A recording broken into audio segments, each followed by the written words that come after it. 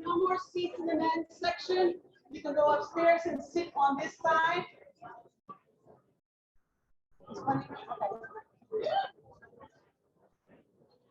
Everyone can take their seats, please. And if you can turn off your cell phones, I appreciate it. Everybody, please turn off your cell phones.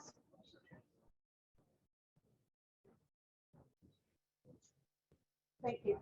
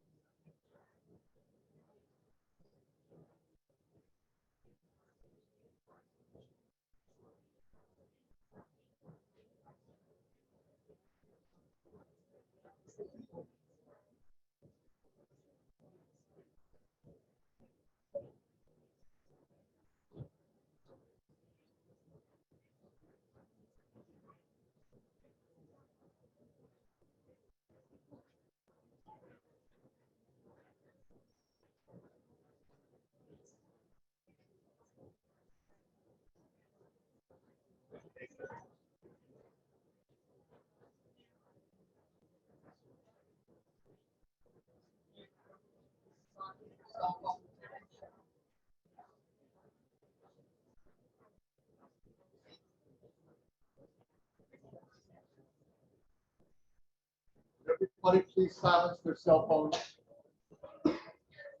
Thank you.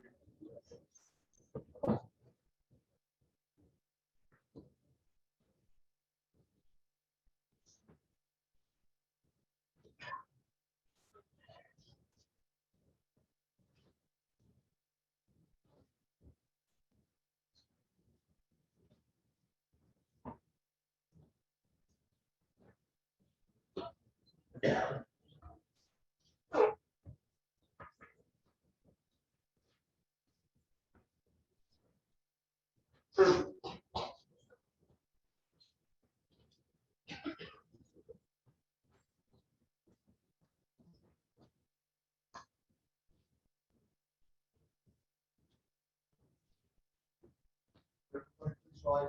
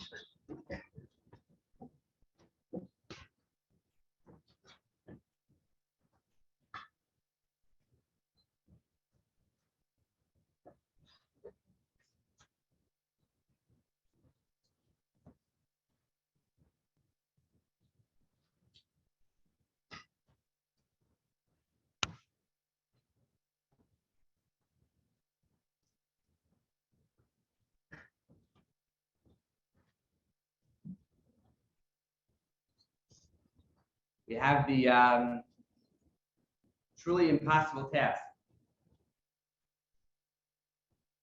to give Kabbalah Achron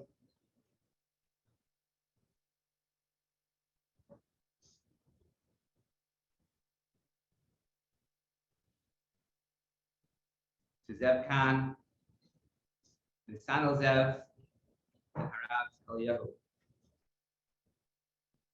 the treasured son, grandson, brother,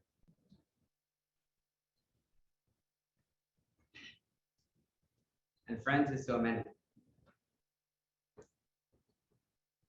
I want to begin by pointing out that it's no lack of hashkafa that we're giving Zev Kavod today in this room. And it's important to point out that I'm not sure anybody that I've ever met in my life enjoyed being in this room more than Zev.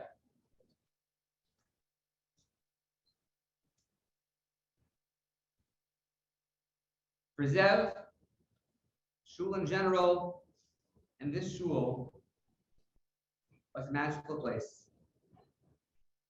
And in this building, in this room,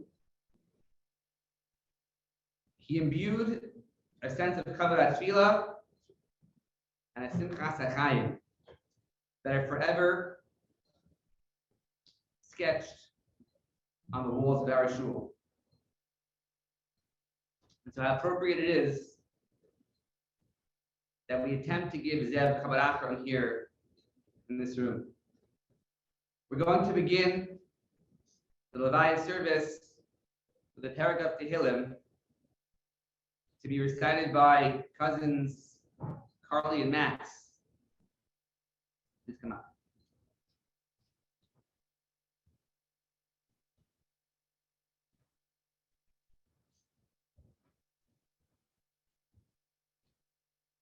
Shreya Yisha Sheryl Lachda Sastra Shine Zer Tatayim Lolamat Moshav Litzim Lo Yashav Ki'im B'Torah Adonai Chetzo B'Torato Yageh Yom V'Layla Vayaka Ichatu Al Pagei Mayim Asher Priyo Yitain Bito V'Alehu Lo Yibol V'Kol Asher Yasa Yatzliach Lo Kain Harishayim Ki'im Kamut Asher Tifenu Ruach Al Kain Lo Yakum Harishayim V'Mishpat V'Chatayim V'Adas Tzadikim Yodea Adonai Derech Tzadikim V'Derech Rishayim Tovim.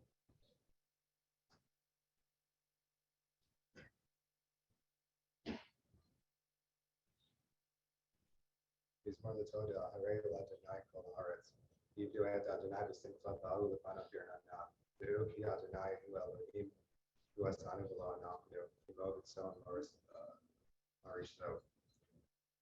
Lo sarab l'toda, chaser tzab v'tzimila, v'du l'Adonai baruch l'shmo, ki tov Adonai l'olam chasto, v'ya'ator v'dor v'mento.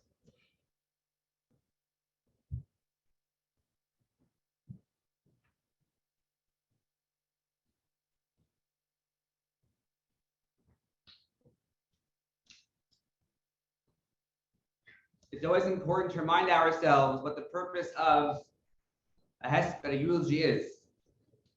It's really to glean life lessons from the nifter. And in that context,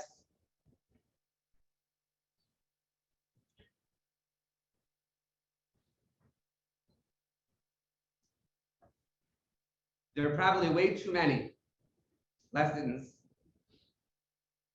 to learn from Zev.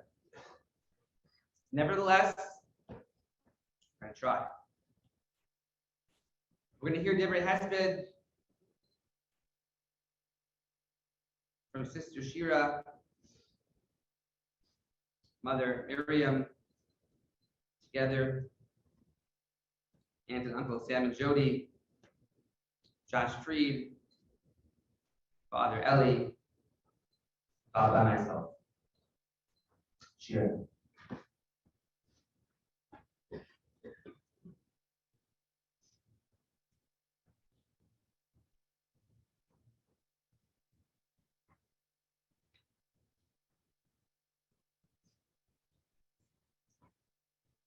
Like it was yesterday, Papa was giving right here at your bar mitzvah, sharing this secret with everyone. About you being one Hashem special mix. You were so right. You won't ever know. Like Hashem chose to take one thing to take him away from us so suddenly. I think everyone agrees that you're so lucky over there to have you back. We've all been in a total fog since yesterday, wondering how this world makes any sense without your warm smiles, incredible hugs, and loud, crazy greetings in person or on the phone. It's so ironic. So would have hated to miss this. Seeing all of you, all of these people he lived for, and those loud, crazy greetings, those warm smiles, and his incredible hugs are what we lived for. It's so amazing how one person was able to light up the lives of so many. Debbie, I feel so honored, so blessed, so grateful to have known you, to have loved you so much, and to call you my brother. We won't ever stop missing you.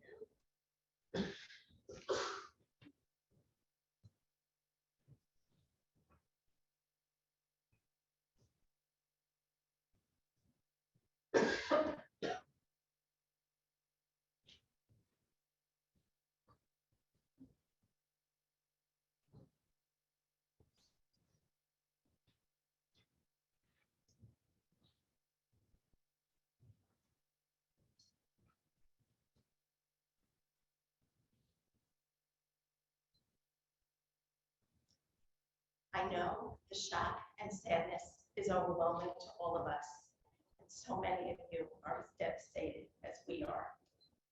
And yet, I feel like I have been preparing for this day for nearly 31 years.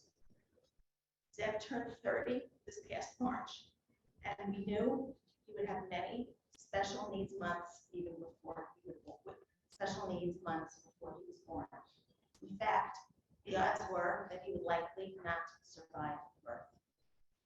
And here we are, nearly 31 years later, the day that I thought I was prepared for, and yet I hoped and prayed would never come. He was possibly the most lovable and sweetest human on this planet. And as my mom, his Bobby, used to say when he was very young, he just gets into my kisses. Zev taught me to let go of perfectionism and embrace more of what is than what could have been. And he was my most important teacher, teaching me daily that I, his mommy, simply cannot control the world, or not his, nor mine. He taught me to always say thank you for what simply is, and for every single little thing that comes our way, no matter how small. Some things you may not know about Zev. Zev was born with a host of medical diagnoses and was medically fragile for many years. Too many surgeries and lengthy hospitalizations to even count. And yet, after each crisis had calmed, he loved every single caregiver, and they all loved him. And he left his loving mark on everyone, many keeping in touch with us way past that event. If Zev was excited about something, stand back, because it was all he talked about, from family weddings to holidays, vacations, trips, and his sisters' pending arrival home from their various trips and travels. His excitement was palpable by everyone. We typically refrained from telling him about any upcoming holidays, and yet somehow he always knew way before we ever told him. One January, his incredible OT, Nicola, asked me in front of Zev if I was going to Israel soon. I looked at Zev, and I didn't want him to know what was happening. So I thought I said in code, the older one is coming for the spring holiday. He never let on to me that he knew what was said, and he hardly looked at me. But he immediately grabbed his iPad, called his father, and said, Tom is coming for Pesach. Yes, yet extraordinaire.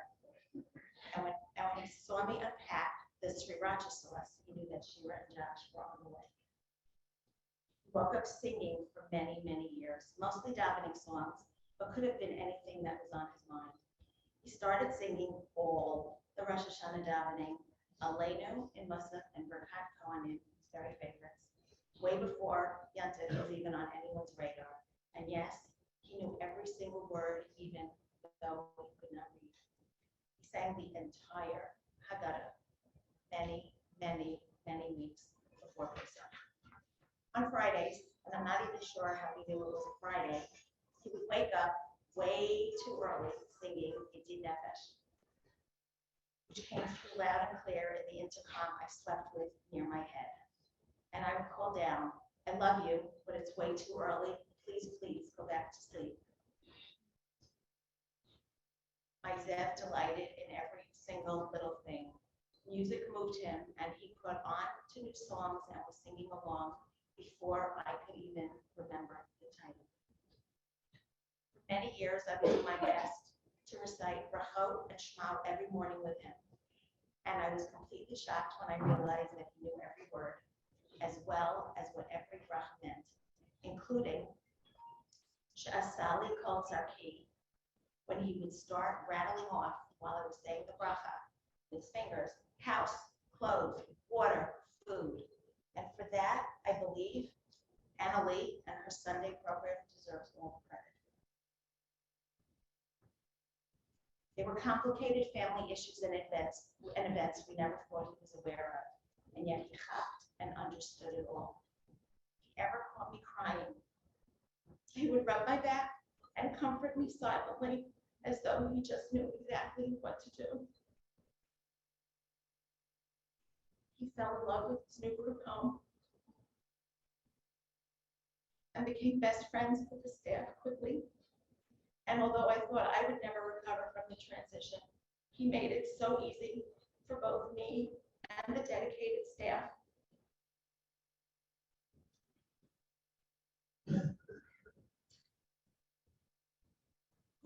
patient with my adjustment than they needed to be with his adjustment.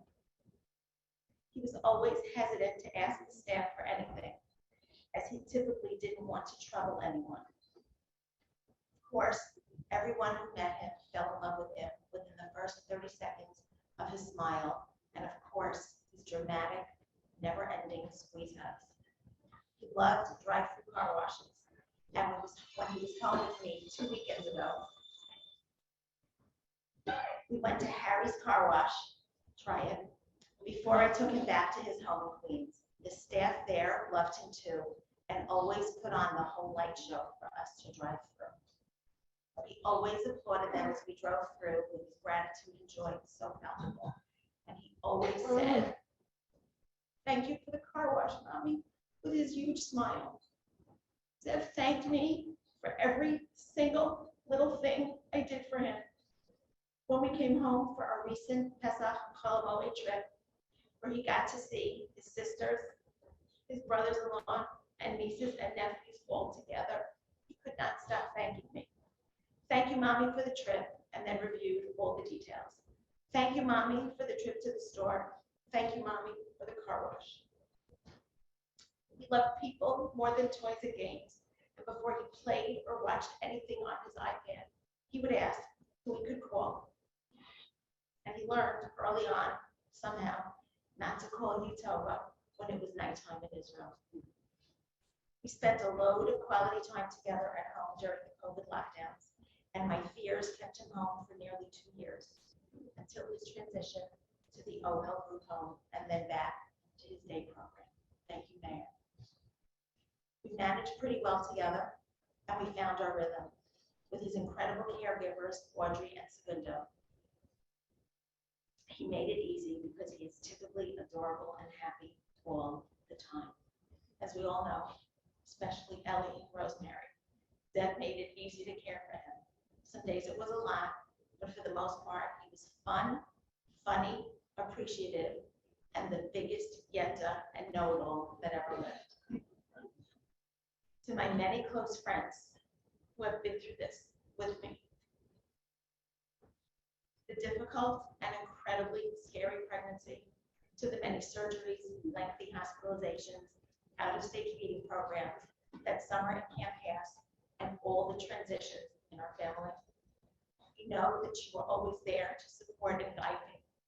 And at the same time, I know you also wished you could all take away my pain or help share the words.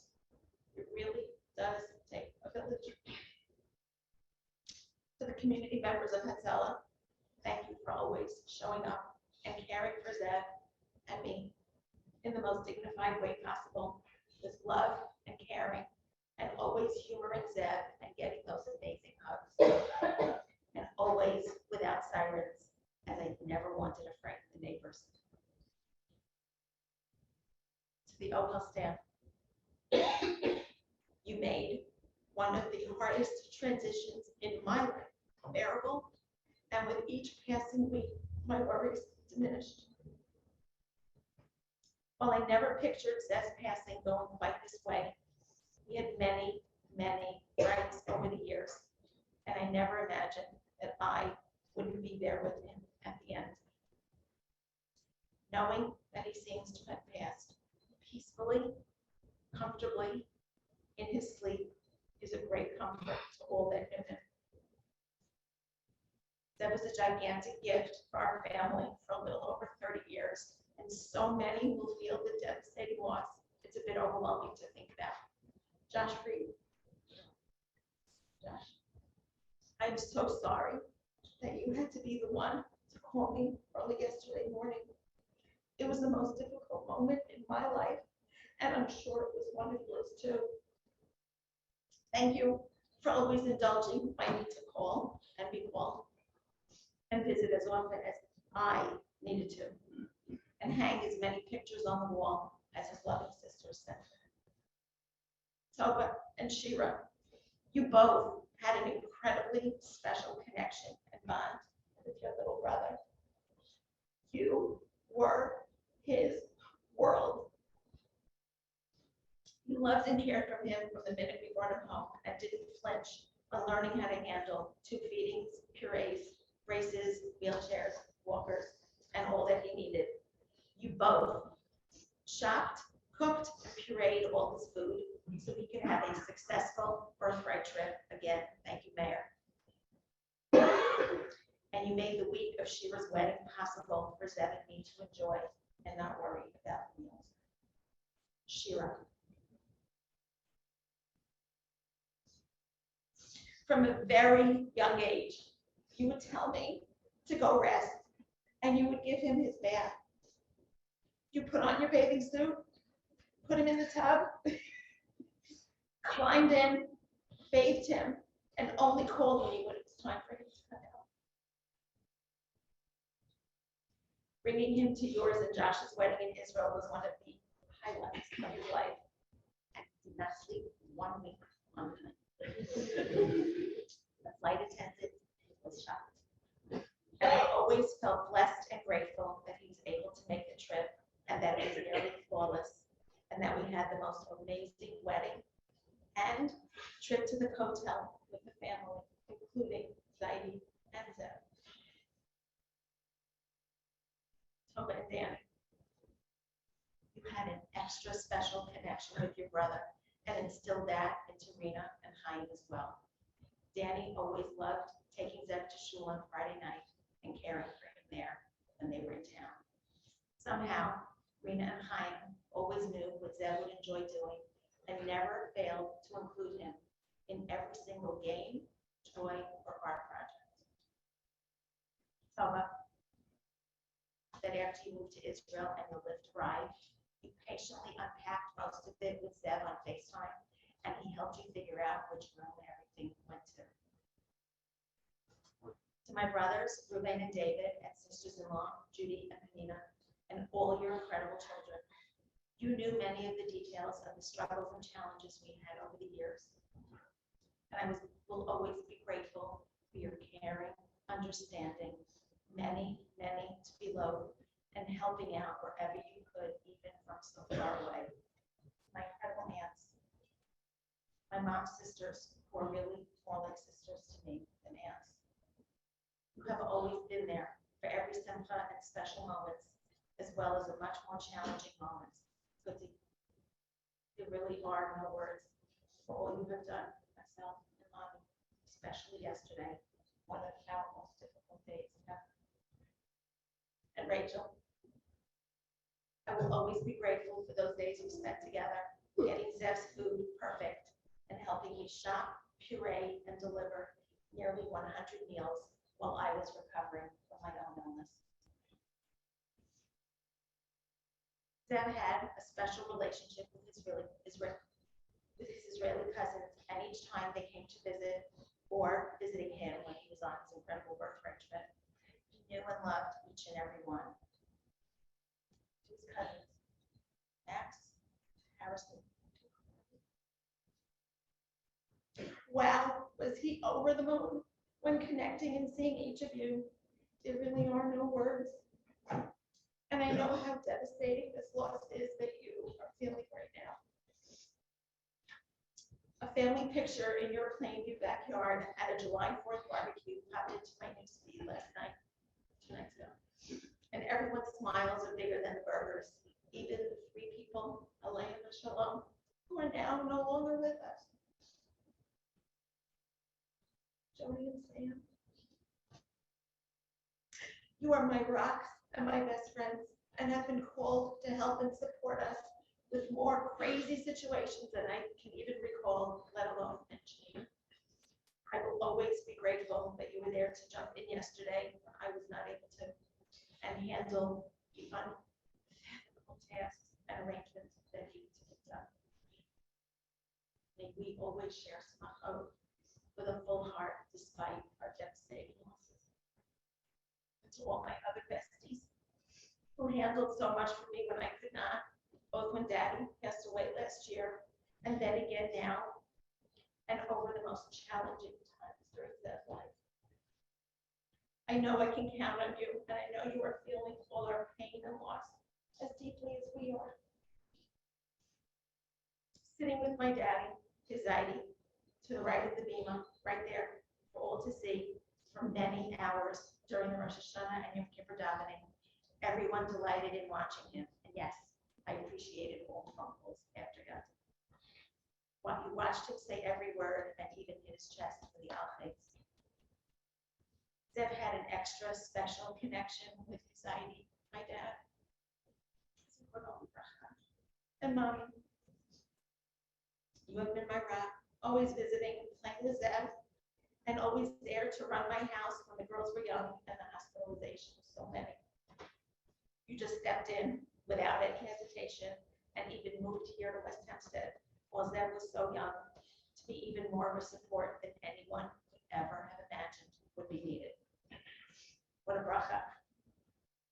That you had a fun visit with Zev this past Sunday, which he told me about every detail on FaceTime after you left. You get to always remember his smile, his cuteness, how much he loved you and loved being with you and all your special times together. The pain and loss is so incredibly enormous for all of us.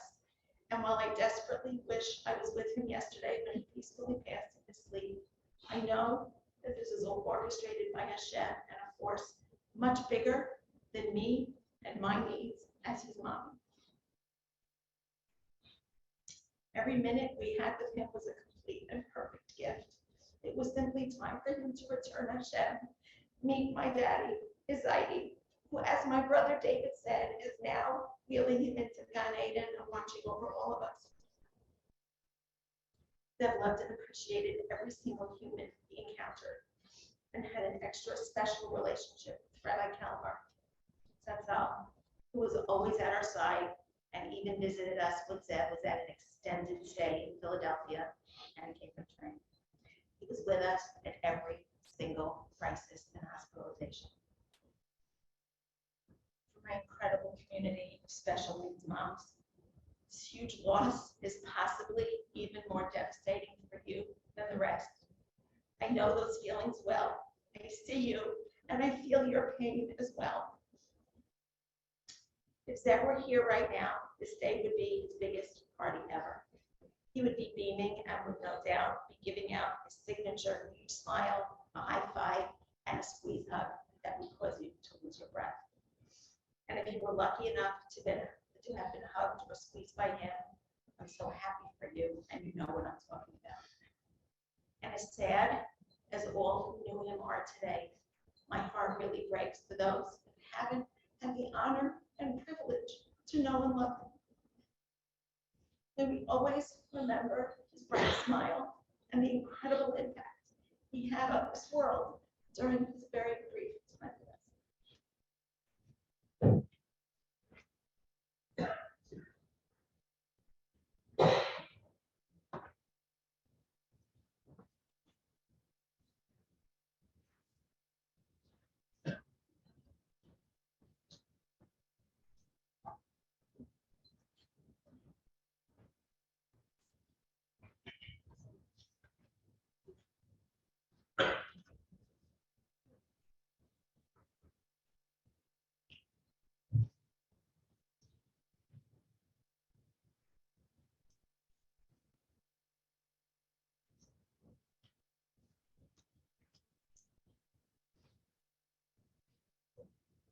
Zev, Netanel Zev,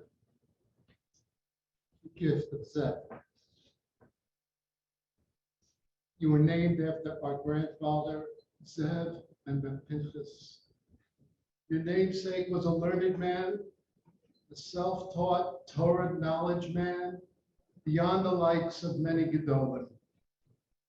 He was a self-made businessman, far beyond many with MBAs from top schools. He was a fighter, a religious man, a lover of family, a lover of Eretz Yisrael, and a champion of humanity who treated everyone with respect, a bright smile, a strong handshake, and with one quick look in the eye, he charmed everyone, like you.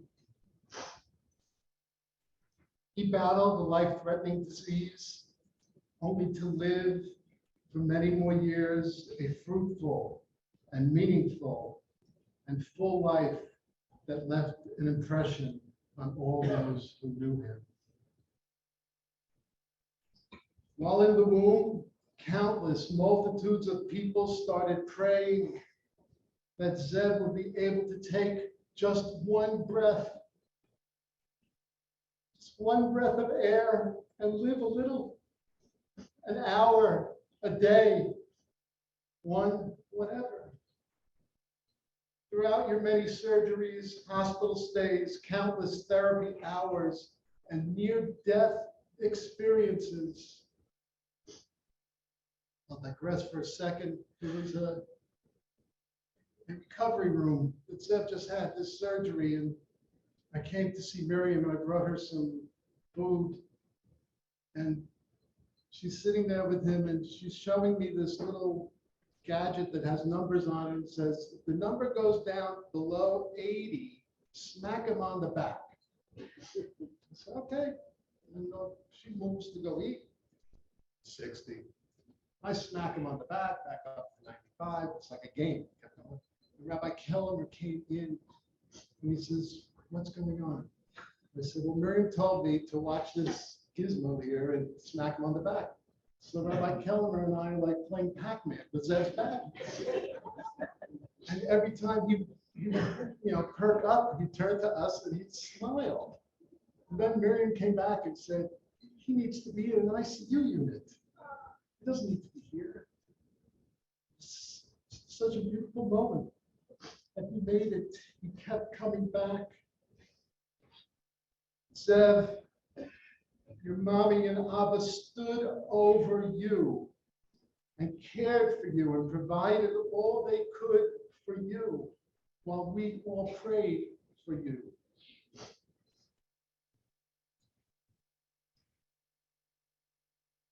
In this week's Parsha of Sukkot, we read about the life and the death of Miriam. It was in Miriam's merit that Bnei Israel, the children of Israel, had water in the desert. It was Miriam's well, or rock, that constantly flowed with an abundance of water which supplied the lifeline to the Jewish nation during their travels in the desert. Through the difficult ups and downs, climbing and descending through valleys and mountains and rough terrain, there was always water to drink to be satiated and hydrated under the most difficult conditions. Zev, your mommy, like Miriam, was you well on the rock from which you watered? Hashem bless mommy. Your Miriam, with the deepest resources, tricks and recipes, remedies and love that she poured into you, a bottomless well from which she drew to give you all you needed to thrive during your ascents and descents through your journey of life that brought so much joy and light to our world and to everybody that we met. All of us here on Zoom and on Zoom are a testament to that. Miriam, not only a well, but a wealth of knowledge more than anyone can know. With the abundant ability and power to quench the thirst for life for an entire nation.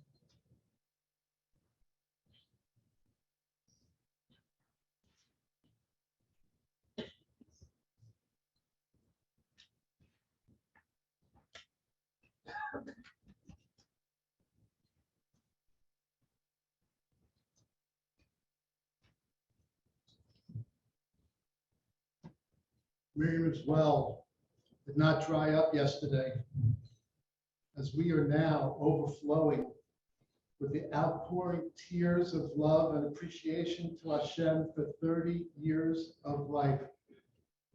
Our hearts are overflowing with tears of sadness for Ellie and Miriam, whose sweet waters have been bitter today. It's our time to pour into them and give them strength to continue to live long, healthy, lives. It was right here on this bima, here in this shul, filled to capacity, that Zev's grandfathers of blessed memory, Rabbi Chaim Kahn and Ben Rosenstark, your great uncle Penny, Rav Pinchas Tzvi Singer, as the former of the bracha, and Rabbi Yehuda Kilmer, Zecher Tzadik Bracha. They all stood over you at your bris, where you were given the name Netanel Zev, the gift of Zev.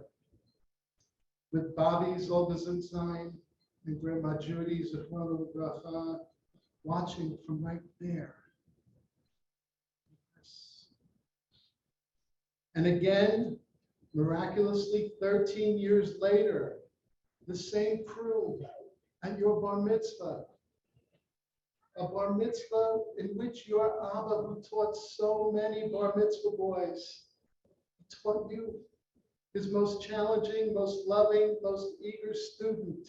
He taught you the brachos that you so magnificently made over one of the Torahs right behind me. Never has this shul been so quiet since that day.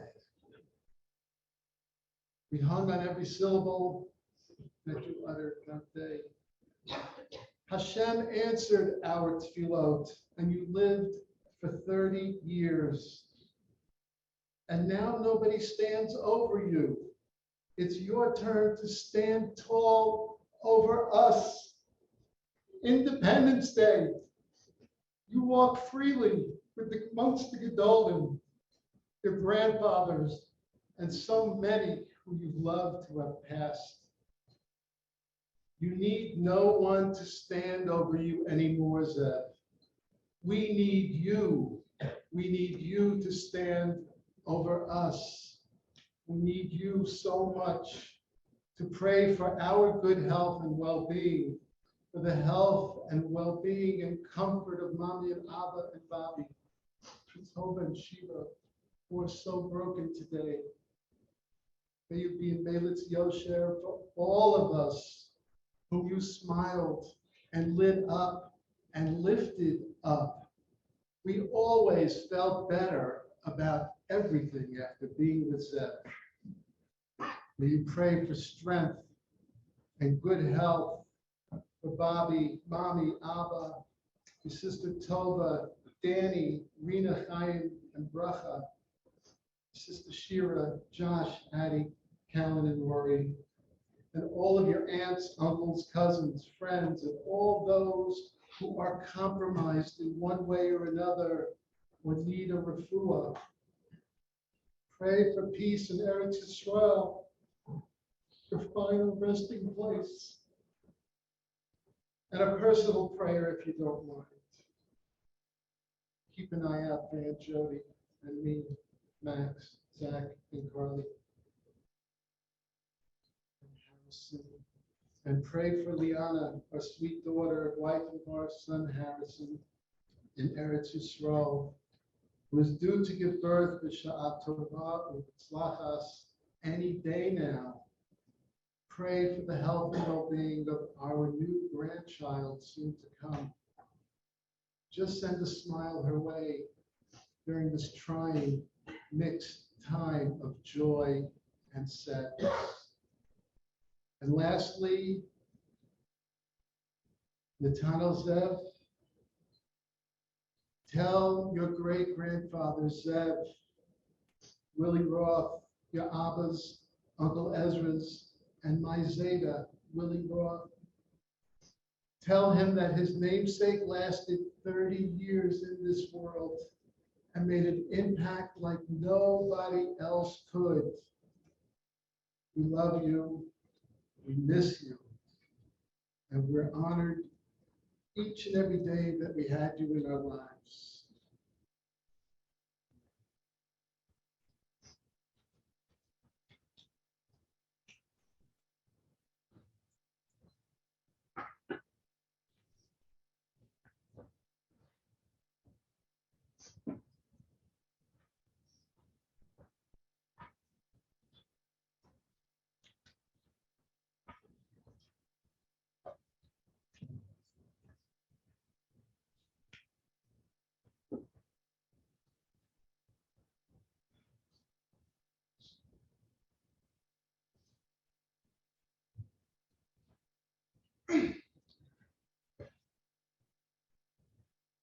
Words can't begin to describe the feeling that I have standing here,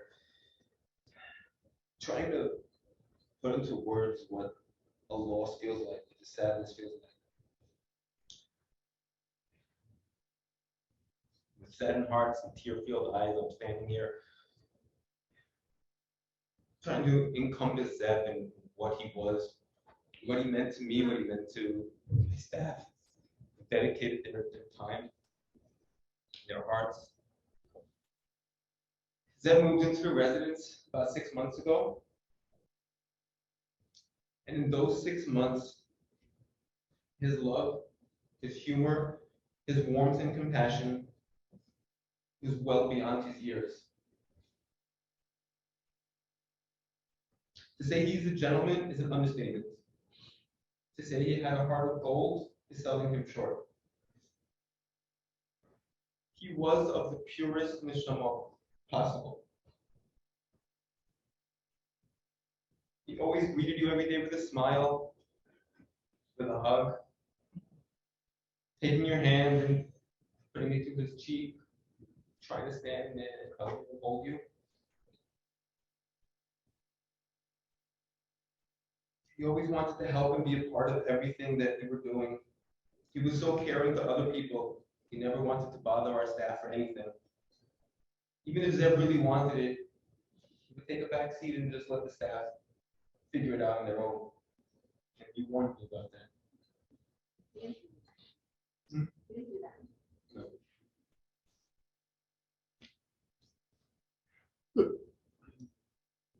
He truly was a one-of-a-kind person that brightened the day of each and every person who ever met him. As I was writing this, I couldn't articulate what it meant to be a friend of Zev, other than to say he was a true angel among us.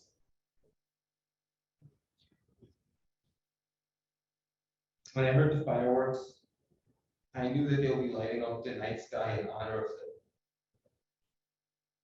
The way he lightened up our lives, anyone he met. Every year now, when I see those fireworks, they will be in his honor. And I want to thank the family for allowing me that honor to get to meet him and to get to know him. May the memory and blessing of my dear friend Zev shine and look over each one of us. Zev, may you be comforted under Hashem's wings. May you share your beautiful self with all the angels up in heaven today, tomorrow, and forever. Till I get to see you again, my friends.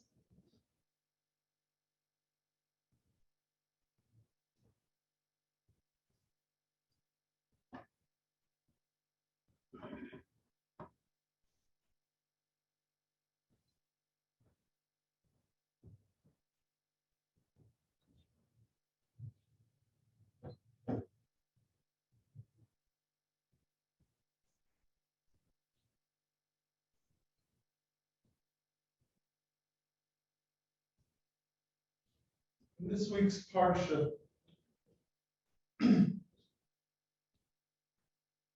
Parshas Chukas, we're going to learn about the Para Aduma, the red heifer.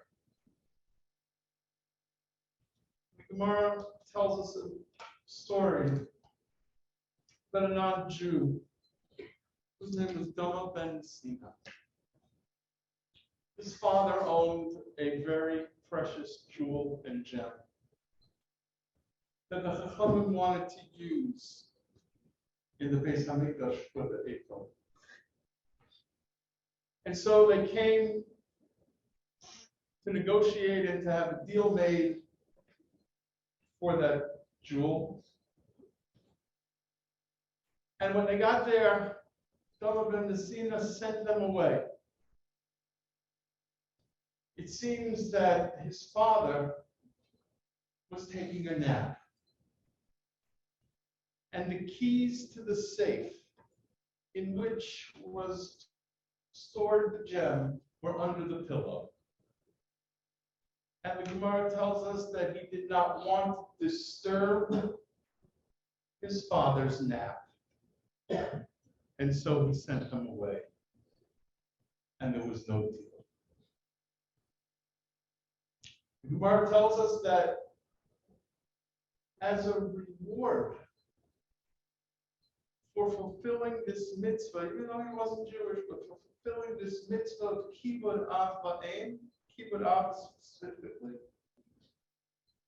a year later, a red heifer, a para aduma, was born into the herd of Dama ben Messina. And once again, the Chachamim came to buy the cow, to buy the heifer.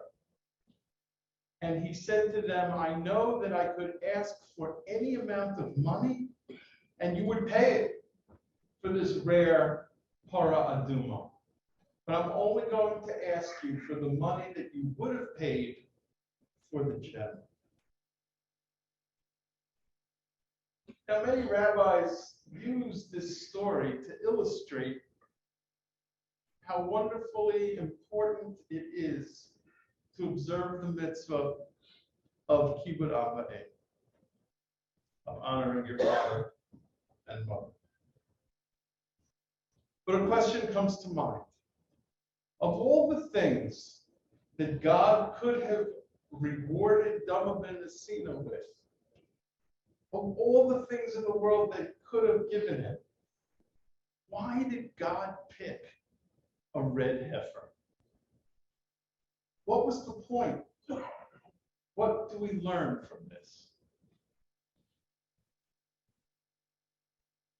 An answer that is given is that God wanted to show the world that yes, there are two different kinds of mitzvos, two different kinds of commandments that we observe. Commandments that make sense, commandments that don't make sense. The easiest mitzvah that makes sense is honoring your parents. The biggest example of a mitzvah that makes absolutely no sense is para aduma. And so God wanted to put the two together in the story to teach us that there are things that make sense and there are things that don't make sense. The same is true in life. So many things that happen during the course of one's lifetime make sense. And then there are the things that don't make sense. Our Zev embodied in his 30 years on this earth both. Zev made sense, and Zev didn't make any sense. In the beginning, when you looked at his diagnoses, when you looked at everything on paper, when you saw the heart issue, and you saw this, and you saw that, and the diagnosis, the words, failure to thrive, unbelievable, so many things that were going to go wrong. Every doctor told us, this is going to go wrong, and that's going to go wrong. And like my brother said, maybe he'll live a day. Maybe he'll breathe for an hour. And when you looked at what you saw on paper, when you looked at what was all going on, you said, yeah, that makes sense. The doctors know what they're talking about. This makes sense. But once we began the journey of Zev's life, things started to not make so much sense. The heart thing disappeared. The failure to thrive started out with G-tube feedings and gradually, eventually led to pureed food eating. And the things that he was able to do, totally according to what everybody told us, didn't make any sense. He could daven with me and sing with me Shabbos, Yom Tif, Rosh Hashanah, Yom Kippur melodies. And like Miriam said, he always knew somehow the time of year that it was so that he could start preparing to make sure he got the right nusach. He did a mean electric slide. Of course, he did it while he was sitting down at my dining room table, but that's okay. Every move, the electric slide. And I have it on video in case anybody wants to see it. He does an amazing Morty Shapiro imitation. That makes no sense. It wasn't supposed to be. But it was. It was something so unique, something very special, something that 17 years ago I stood on this bima and spoke about the lamed vavness of Zev. He made everyone he met feel good. The hand holding, the smile, the hug, the gleam in his eyes. And you're right, if he were standing here looking out at this, he would be itself. It'd be unbelievable. It'd be amazing. Now, if you read the pasuk in the parsha that gives us some of the details of the para aduma, you'll notice that the words seem to say that the para aduma experience, the red heifer experience, was a one-to-one experience. One kohen that sprinkled from the para aduma onto one person who was tamei, who was impure. But the Gemara tells us it's not the case. One kohen could sprinkle from the para aduma on many people at a time and make them pure, make them tahor. Zev was able to do that. He didn't need one-on-one, although his one-on-ones were amazing. But he sat right over there, and everyone would walk by, see that Zev was here, and the smiles would come out. And he would shout out your name, sometimes at the wrong time in shul, but still, he was so excited to see you. You would hear a Shitty, Avi, Ritholtz. And of course, so many others. And again, I want to thank Rabbi Galler for making the suggestion, for having this amazing Levaya in the shul, Zev's room. It was wonderful. Thank you. I want to give Hakaras Hatov to all the therapists and to the teachers that worked with Zev for these past 30 years. I want to give Hakaras Hatov to our family, led now by Bobby Helen, Reuven, Judy, David, Pnina, Sammy, Jody, Ezra. I want to give Hakaras Hatov to Tova, Danny, Shira, Josh, for all the love and the care that you gave Zev all these years. To Rosemary, who loved Zev so much and helped me be the best Abba that I could be these past years. And Hakaras Hatov to Miriam.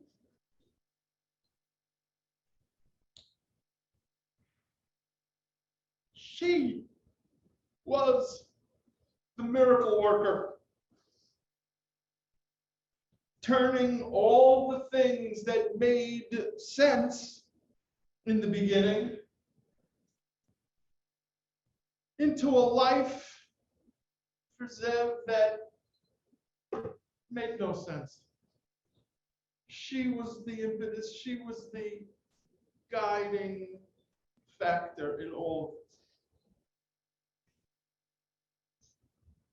And it was because of her that those things happened. And our lives in this world with Zev were so much better for what she was able to do for him.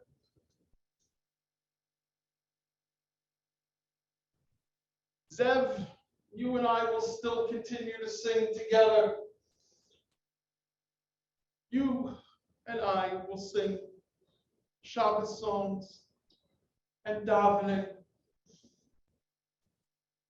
Obviously, we won't be able to sing them together. I will be in my dining room looking at your empty chair.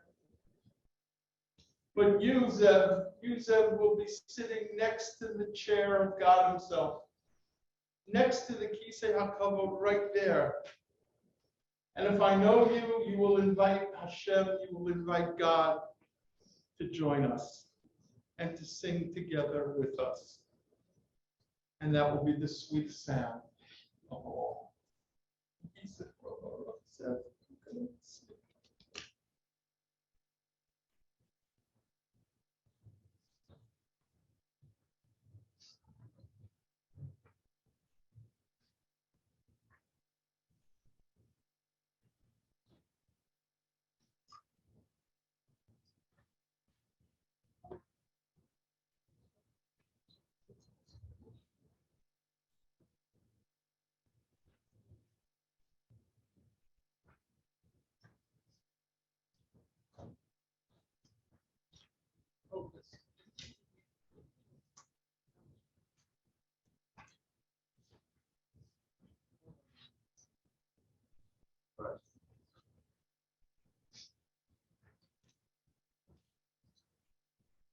Just a few concluding thoughts. There's really nothing to add, but there's so much more to say. A friend of mine pointed out that for a year and a half, more or less, we realized we took so much for granted in life. And two of those things that he highlighted to me were smiles and handshakes. Because for a year and a half, almost everyone masked and you couldn't see a smile. And for about a year and a half plus, nobody wanted to shake hands. But 3 months after the world started to open up, that same friend said to me, you know, the truth is, you know what I realized? Not all smiles and handshakes are created alike. I can do without some of them. Because truthfully, most people, when given the opportunity without a mask, don't even smile. And for most people, a handshake is just a formality. But with Zev,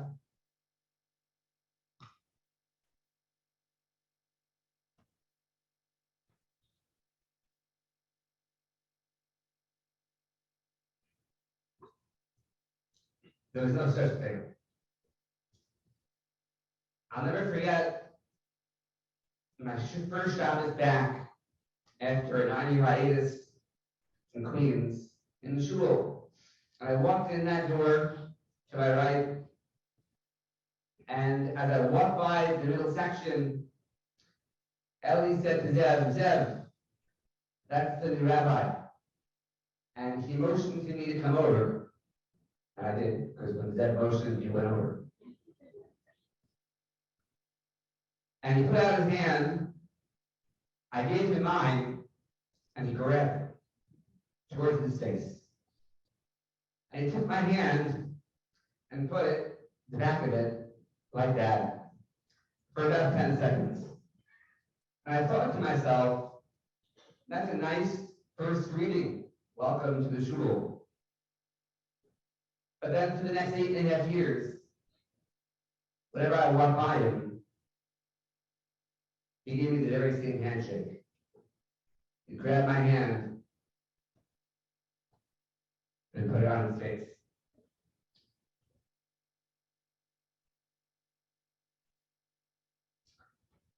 that handshake, you don't take for granted. And that smile, you don't take for granted. If there's one chut, one thread, you got to tie together every thought I would have shared tonight with little time left, would be the following. That to Zev, a person was just a person, a song was a song, and davening was davening. Translation, it didn't matter who you were, whether he knew you for many years and saw you in shul, and by the way, Aderech Chok. For someone who's always running late for shul, when Zev is in shul, he'll never be late. Because he'll call your name as you walk in the door. And let the union know that you walked in during lady. To Zev, there was no such thing as a good friend, an old friend, a new friend. He greeted everyone with the very same warmth, smile, embrace, hug, and handshake. Every Shalosh Shudas, he was seen to motion to sing what I assumed was his favorite song. And I think I always got it wrong. Because with every song we chose, he would just start clapping. There was no bad song. And every choice that he made was great. He didn't distinguish. Because again, in Zev's mind, it was all wonderful. How many of us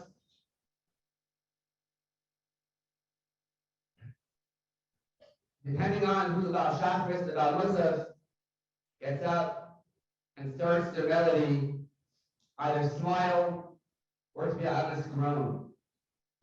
Because you know what? It's not my type. But I sat there for 8.5 years as Zev sat over there. And no matter who got up to Gavin, he clapped and he smiled.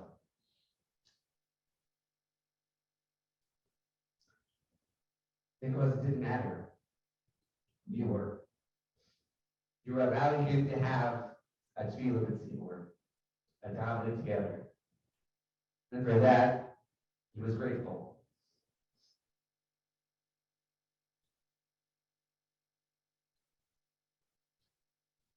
It's a cliche, maybe not a cliche, people often say that he or she will never be forgotten. But sometimes it's just words. Ellie and Miriam and the entire family. I'm not a Navi, but I can pretty much guarantee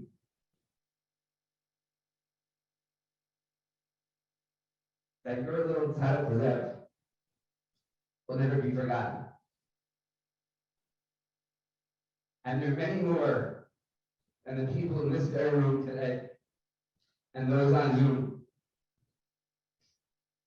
who will never forget his incredible Simchat Chaim and the greetings that he gave and the love that he offered.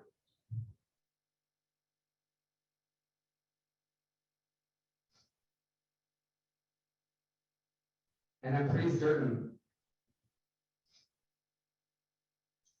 that whether it's Rosh Hashanah or a regular Shabbos or a Shalosh Shudas, or just maybe in a home in Brooklyn and Eretz Israel, quite often conversation, maybe in song, is going to be a constant presence in everyone's mind. And we will all, if any source of comfort and consolation, continue to draw his incredible warmth, his smile, his love for tefillah, his unique love for people. And I hope and pray it will continue to inspire us to just be a little bit like Zev and show love for all, happiness for all, warmth for all, Islavos for davening.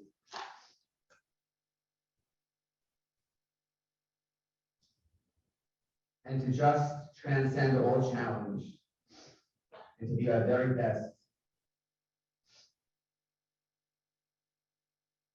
I truly believe that will be the greatest tribute to Zev that we can offer. There is too much more to say and too much more to learn. We all have to grab the opportunity to continue to speak about the kind of tzaddik neshama that he was, and continue to make him a constant presence in this room, in this community, in our lives for many years to come. Yehi Zichro Baruch. Following the Kalamale, we're going to line up those who are in cars behind the Aron and follow towards the house, 730 Canwood Drive, where the processional staff for Michael Talbis, dear friend of the family, will recite a paragraph to him. And we'll proceed to the airport from there. Following the Kalamale as well, we ask the following people to step forward: Paul Bearers, Max Kahn, Zach Wolf, Sammy Kahn, Ezra Kahn, Mordechai Shapiro, Menachem Augenstein, Yitz Truss, and Rich Miller. As everyone more or less said and shared, Zev loved to sing and he loved music. But whereas I said that he treated everyone equally, he definitely.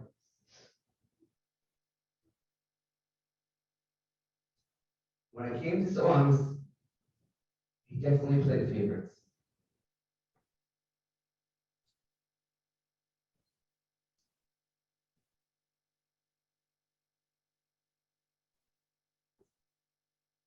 And so, how about for the family to have their dear friend and Zev's dear friend, Mordechai Shapiro, recite the Kalamale.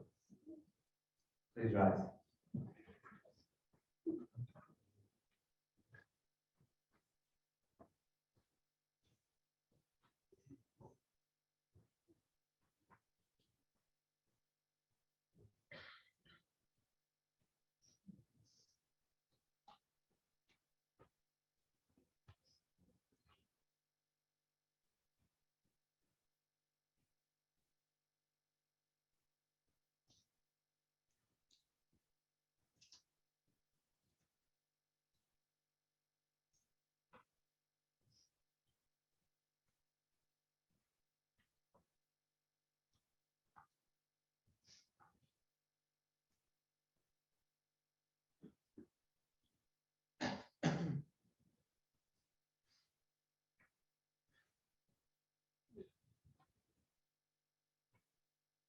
El Malirachami Shoichein Amrimi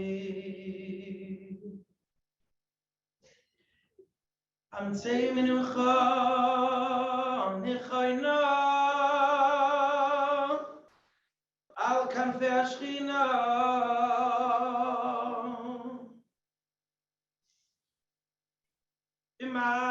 Imalois Kedoshim Utoirim Kizoyar Harakia Mazirim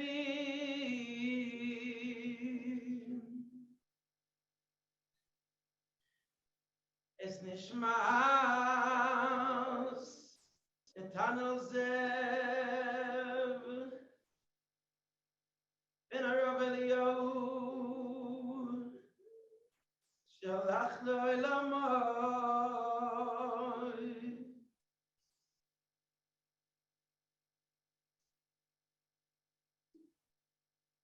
Babur Shitein Staka Badas Karos Nishmasai בגן עדן תימנו חסוי, לכן בעל הרחמים יסתירהו בסייסר, כי נפול לעולמים. יצרור החיים יש נשמסוי, אדוני ונחלסוי. ינוח בשלום על משכבוי, דינוי מרומי.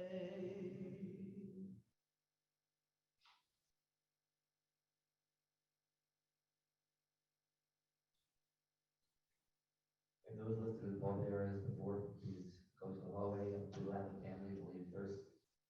Not behind them.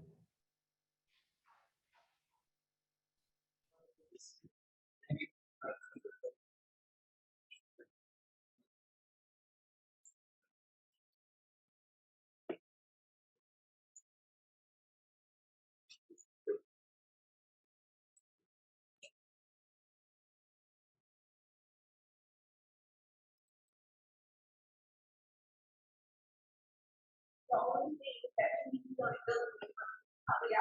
almost 11 years ago, that I can imagine today in my life where I would be able to give this up to my kids or help them or laugh at them in person. But with the help of FaceTime and our parents, countless of times we were able to keep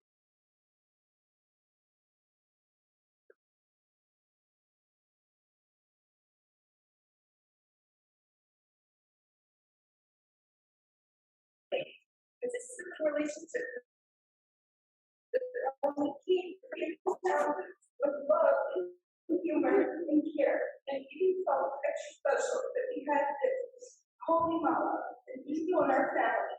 And of course helped when we were able to cut the line to Disney World too. I don't know what to say that hasn't already been said by the entire world that knew him. That is perfect. A perfect holy neshama that was on this earth.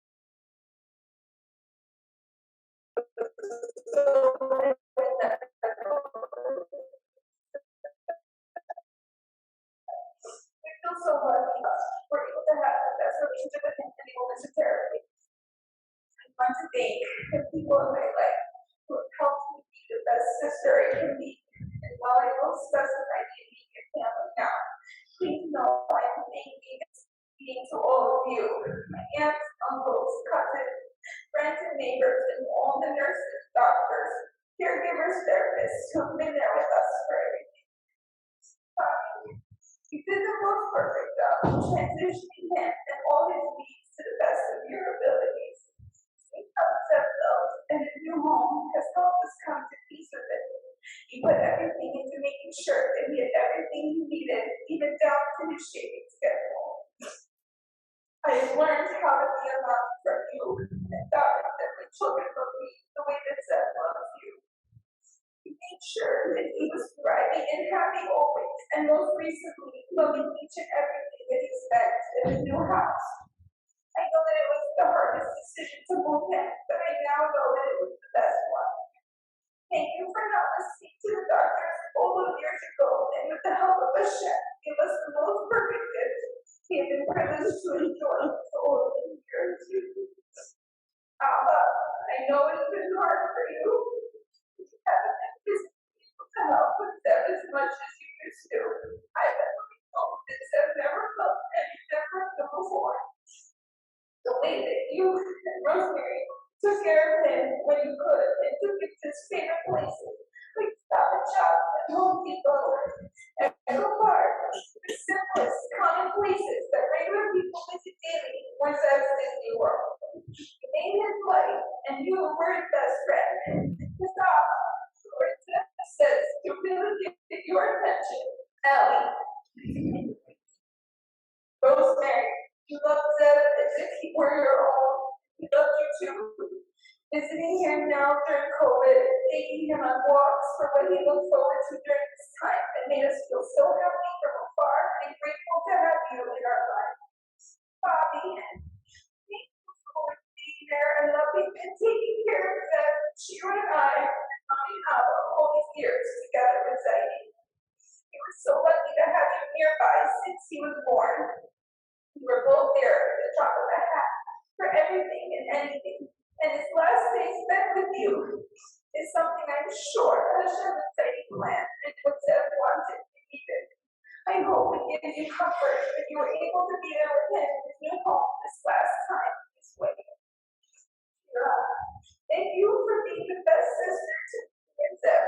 Being the middle child is not easy, especially when I was above you and Zev was after you. But you did everything perfectly. You made him laugh always, and I'm so happy we had each other during the hard times. You loved Zev from day one like a brother. You now negotiated when I was looking for a partner was the person who said, love, and embrace my special brother with everything you did. From bringing him to school to meet up and from helping me bring him to concerts and parades, and even eventually fun times with our children at various activities, and even to the pool this most recently over Pesach. You always have patience for him and his many questions, repetitive phrases, and even his time to just go to work. Thank you for loving him as much as we did, and I'm forever grateful. I don't know how to end this because I don't want to believe that we are here to honor Zev in his life without him being physically present.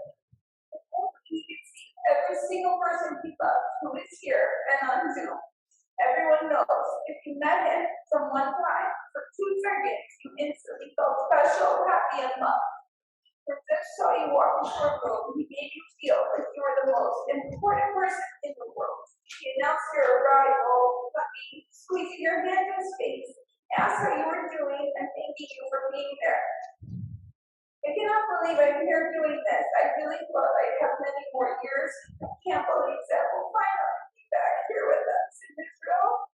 And while he will be staying in this room, in my home, I am comforted knowing that he's not living near me in his final visit. I am heartbroken for my children. And Zev has left us so sadly. And I'm heartbroken to serving him 30 years ago. And I know how we give him back because he is the child that the gift from God. Please watch over us and please share exactly yourself and finally be able to work with that without any of your physical disabilities into the keeping of our movement along.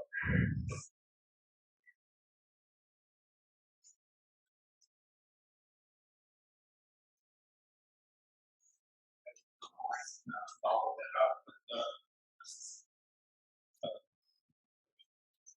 speaker with some thoughts. First, I just wanted to apologize to Debbie for tickling you too much, for bothering you too much. Whenever I got a chance. Thank you for being another brother to me. Thank you for being such a great brother to your sisters. Memories that I want to mention that I can't believe that I will experience again. It's chasing you with the vacuum cleaner. While you're trying to run away in your wheelchair. Haircuts with their face up.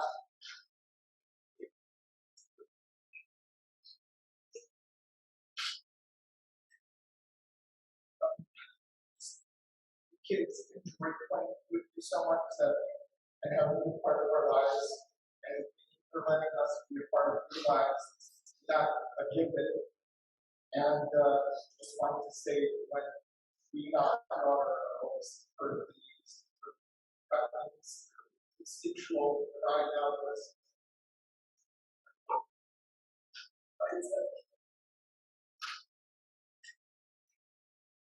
just a testament to how much it meant to all of us. Really were part of all our lives.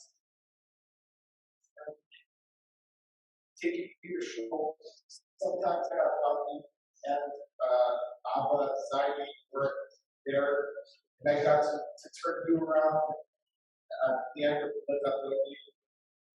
But I also just do want to mention at this point was an incredible, very incredible life lessons learned in general from the family, but also getting to see Abba and Zaidi how they treat control and treating each other around you. And of course,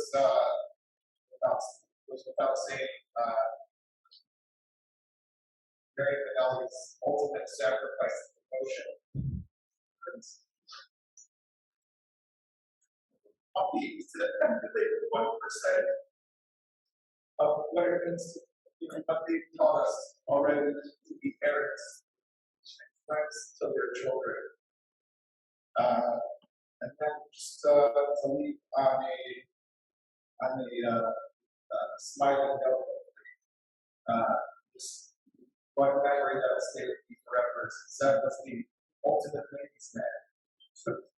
Anyone who saw him going to Shoal, going home from Shoal, all the older girls in the neighborhood would stop, say hello, and eat, and Zev loved it.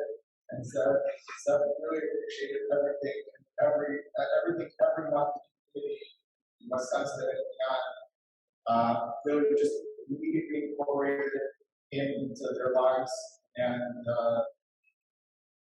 that thank you Zev for everything you taught us for the time you had to spend.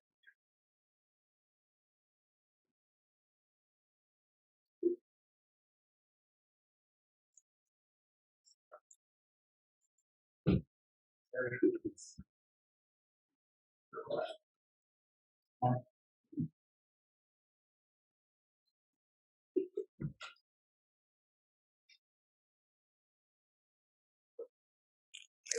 so hard to believe that we are here.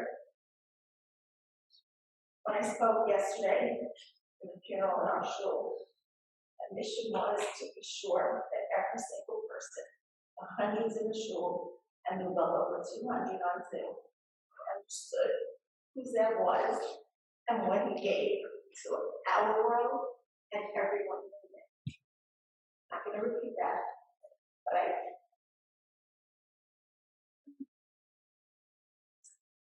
we're all completely broken and bewildered. Words are not adequate to describe his life and the incredible marks he left on everyone he met. Zev helped people open their hearts, and now all those hearts are completely broken along with ours. I die and pray for all of us to take what Zev gave to the world, hold on to it forever, and let it help us all heal our broken hearts. Some of you know that on January 27th, Zev transitioned from living in our home to a group home a few miles away in Queens. I thought it was the hardest thing that I would ever do. Deb adjusted in 5 minutes and allowed me the weeks and the time and the space and the many, many, many visits and phone calls that I needed to adjust. And the staff at that home right now are completely broken. From the poor soul manager of the house that had to call me early Monday morning and all day begging and crying if it was anything to us. Josh spoke yesterday. I know how difficult it was, but he got to know Zev intimately in a very short time. Now, I would like to read 2 of the messages that I got. One came over the plane and one came right before I took off. So please indulge me. I think it will give you tremendous insight into who Zev was, the Mala that we weren't even supposed to have for 1 minute, that was with us for a little over 30 years. The first note is from the manager of the house over Shabbos that did his best to make sure that Zev, her Kiddush, Abdullah, and got to shul. And the first time they took him to shul, he had no idea that he knew every word to everything and sang every single part of it. This is from Tzvi. And Tzvi, if you're on here now, there are no words, and my heart breaks for you as much as it does for us. I've been reeling from the past day, trying to make sense of something which I can't, trying to figure out how to accept something which I am not capable of accepting. And amongst it all, there is one clear thought that keeps ringing through my mind, and it's a thought that reflects a lot of what I have been hearing about Zev in this past day. When Zev first came to Casina, it's a big house across the street from Aaron's, and many of the staff were actually scared. We had never cared for someone like Zev before, and we didn't know if we could. Rachel. Within a short period, we came to learn what you already knew. We didn't care for Zev, we cared for us. Sure, we may have helped him with some physical needs. We may have helped him doing some things in life, but he helped give us life. He brought life to all of us. He made life meaningful and worthwhile. He brought excitement and love for everyone and everything. Our home is named Beis Ezra, the house of help. But Zev wasn't in our home because we needed help. He was there to help us. Zev probably didn't know this, but like many families, our home had suffered and been hurt badly in the past couple of years. A lot of brightness in our home and the people who lived there had dimmed during this hard period. And Zev, for however short a period, there was a brilliant light for all of us, a true gift. He brought joy and kibitzing, laughter and singing back to our family in a way that only we could. He brought us healing and warmth, hugs and affection, excitement and infectious joy. I wish I could say something to console all of his family and friends, but I don't think that's possible. I'm realizing this isn't a letter of consolation. It's a letter of gratitude. I am writing to thank Zev and all of you for helping us. Thank you for sharing the spark of pure life that is Zev, and the spark of pure love that is your family with ours. With deepest sorrow, condolence, and gratitude. Zev C. Eliezer Bushman.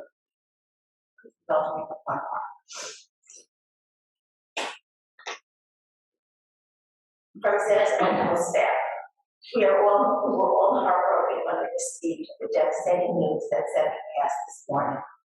Zev meant so much to us at Casina, and so much to his friends and residents of the home. When we walked into our shift in the home, every one of us was greeted with a full, happy smile and a warm hug from Zev, who would then go on to tell us any special news or events that had taken place while we were gone. Zev loved each staff member, and each staff member loved Zev. Zev had several physical disabilities that required assistance from staff, but the satisfaction that we all received from Zev for helping such a kind, sweet person made every effort well worth it. Zev loved many things in life.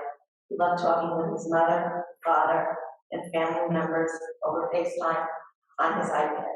He loved playing with the various games and toys he had, and he loved reading that nice book. He loved going to school, he loved davening, he loved interacting with friends, staff, and fellow residents. I remember how quietly Zev sat and how much Zev enjoyed it when we took him to shul, and he knew the name of the chazan. He knew the tune the chazan was singing. I think it was Zev's innate sincerity and pleasantness that made him so liked in life and so loved in our home. When Zev first came into our home, the staff were concerned about how Zev would get to sleep on time, given that his would-be roommate had a routine of davening very loudly until late hours of the night. This had disturbed other residents in the home, but this resident did not understand that he needed to daven quietly so others could sleep. Zev was actually going to room with this resident, and we all waited that first night to see if the davening noise would stop Zev and if he would be able to sleep. When it was time for him to go to sleep, however, his roommate put down the sitter and stopped davening for the night so Zev could go to sleep. It was clear to us that this roommate liked Zev, cared for Zev enough to stop his daily routine because Zev was such a likable person, so pleasant to be around, and because of his sincere character. Zev was very happy to share his games with others, and was always so patient to those around him, and rarely, if at all, complained. Despite having the disabilities that he had, he was so happy, so full of life. This alone is a powerful lesson we can all take from Zev. We will always remember your warm hugs and welcomes. We will always remember your sincerity, your pleasantness, your love of Torah, your care for those around you, your patience, and you will always remember your richness in life. May your neshama go straight to Olam Haba, and may Hashem console your family, the mourners, Zion and Jerusalem. I'd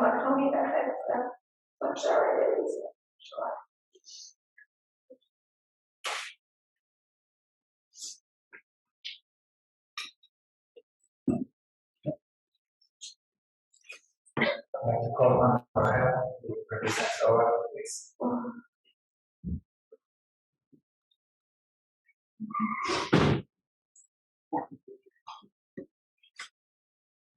First, I want to thank Miriam and Ellie. From that first phone call, we had the pleasure and the honor of sharing that with us. We knew it was the right thing to do. Staff will catch up and be caught up within 24 hours of being said. But the honor of sharing him, of having him, the pleasure he brought to the home, like the staff said, the life he brought home. We had many losses of the house in the last year, and that brought in an amazing life to the home. And Zev proved, once he moved in, he proved how right everybody was in making this choice. Zev enjoyed every minute and every day being in that home. He had a similar idea that he shared with all staff. He taught all staff. We had a non-Jewish staff last week, just he popped off when he was coming to eat breakfast. Mira told me this, and his kippah fell off, and he was going to sit down to eat. And one of the staff came in and says, "No, can't eat yet." And he put the kippah on his head. And Zev, of course, smiled and laughed with him. Every single staff, he created a beautiful atmosphere for, and the staff all made a pact that they were going to continue that beautiful, wonderful atmosphere, spread its light I saw yesterday how he spread his light in Westminster. He spread his light to everybody that he met, and he will continue to spread his light and his words to everybody. That we're sorry if there's anything we did. We ask you for the Mechila. We know that you had a very good life, and I'm so happy that you enjoyed the system.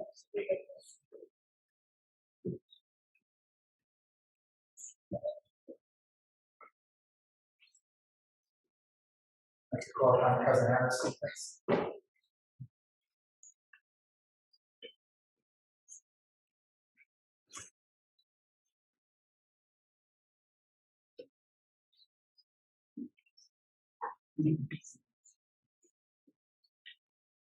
That feels like it was just a few days ago that we were standing together at my wedding. We were dressed up in all of the anti-COVID accoutrement belt, face mask, face shield, gloves, and probably some other hidden gems. And despite the fact that we couldn't see your smile and you couldn't feel the touch of our hands, your joy, love, and excitement lit up the room. During my cousin's dish, which you weren't at because the band was still playing music by Leon's Kala, and you would not have given up your spot next to her for the world. I'm totally happy with that. I shared a piece of Torah that I thought I understood on that day, but today, this week, I gained an entirely new perspective. In the end of the Sefer Brachos, the Gemara records different personal tefillah that the Tanaim would add to the end of their davening. Brachos tefillah says, Ad shalom notzarti ein kedai, ve'ashav shenotzarti ki'ilu lo notzarti. This tongue twister tefillah confused me. Prior to my creation, I was not needed, and now that I've been created, as if I have not been created, what does this mean? Rav Kook offers an explanation in the lower video where he breaks down each piece of this phrase. Ad shalom notzarti ein kedai. Prior to my creation, prior to Hashem's creation of me, there was no need for me in this world. Because if there was, Hashem would have created me. And the second part of this tefillah, which I don't think is relevant for you directly, but we can learn a tremendous lesson directly from you from this part. Now that I've been created, as if I have not been created. The Cook explains that Rebbe's prayer is coming from a place of a feeling of lack. He had felt that he was lacking in the fulfillment of his mission in this world, and that the need in his world that he was sent here for, that catalyzed his creation, was not being fulfilled. Rebbe then continues to plead for clarity in his mission and to live a pure life of absence of sin. Zev, every single moment of your life, you will fulfill your mission in this world. We say this to you in the Shemona Esrei and Yom Kippur. In the silent Shemona Esrei, which I know you didn't like as much as the new stuff, repetition. And I know that I'll be thinking of you this year when I think of this tefillah. Striving to have the clarity and success that you have had in fulfilling your mission in this world. Missions cannot be put into words or captured in speech. Zevi, you woke up every morning singing. I remember when I slept over one time in the house because the Miriam was out of town, and I never woken up with a bigger smile on my face that day. Making sure the intercom was on as loud as possible so I could be sure to hear your morning routine concert so we could hear. You brought joy and happiness to every person who met you. You were able to create a true relationship with every person in your life after just a few words exchanged. Whenever I had the privilege of sitting with you in shul, or the challenge of trying to push you out of shul, I was just overwhelmed by how many people needed to come over and ask you how you're doing. I felt like a true celebrity with you. Actually, that's not true. I felt like you were a true celebrity and I was your bodyguard. These past 2 days, trying to process the magnitude of the lives you have touched, I began to wonder to myself. I thought that I always had a special spot in Zetzor. We are more than just cousins. We are best friends. And the more people I hear from and speak to, the more I realize that to everybody else, you are also their best friend. You have the ability to make every single person feel special. If they were in the hugging, striking zone, they were going to get a hug, regardless of how well you knew them. The impact that you've had on me and my family is immeasurable. Just this morning, I was reflecting with my parents and joking with them how much you have shaped us as a family. In the way that we view the world, in the way that we view and treat other people, and in the way that we're involved in our communities and the people around us. Max and Carlo, sorry. Thanks for letting me use that as feedback. Zevi, you not only showed us our own strengths, but you showed us how to see the strengths in everybody around us. The butterfly effect that you have had on the world is immeasurable. The pieces of you that will live on in each one of us will continue to positively impact the world at large, whether you're cognizant of it or not. And words cannot begin to capture my appreciation and sheer awe of the way that you were able to care for Zev all these years. Nobody knows the countless hours and emotions that poured into him behind closed doors, allowing us all to benefit from his existence in this world and from his clean-shaven chin. Seeing how you cared for me every single day broadened my perspective to how much a loving parent can do to their child. Uncle Ellie, Tova, and Shira, thank you for all that you did for me, for all the love and care that you poured. Then, although I wasn't the only one to be on the receiving end of your hugs, I am convinced that you did hug me a little bit stronger than some other people, because I would never say, stop, that's enough, you're going to choke me. I will let you choke me. I never want other hugs today. I'm going to miss our hugs, your arms locked around my neck, your freshly shaven cheeks to the back of my hand, your two hands up in the air excitement every time I walk into the door as if you had just won a lottery. You saying, funny H, your signatures every way, to everything I would say, or asking whose car is outside, even though you didn't see us pull up. Zev, you lived a life where every day you were carrying a mission. You touched the lives of so many people and will continue to touch the lives of people and the impact that you built up on all of us, both consciously and subconsciously. I miss you. I love you. Yes.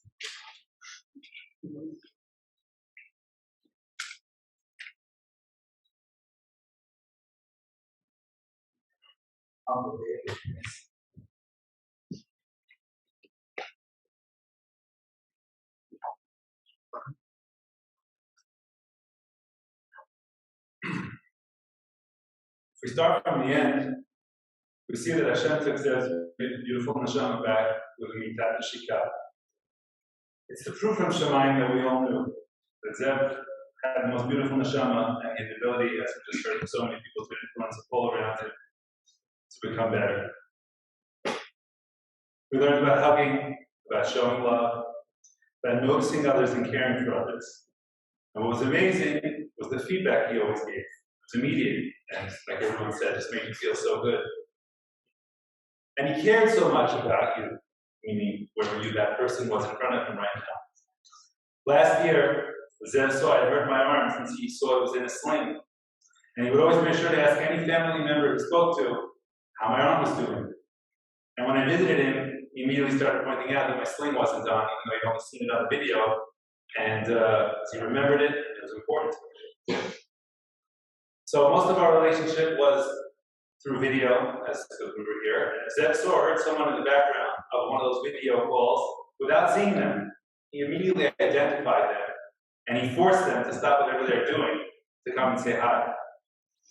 Sometimes I might have been busy, but he wouldn't let me off without it. And he had to greet me. And I'm probably sorry that I didn't do it more often. He took careful attendance of us.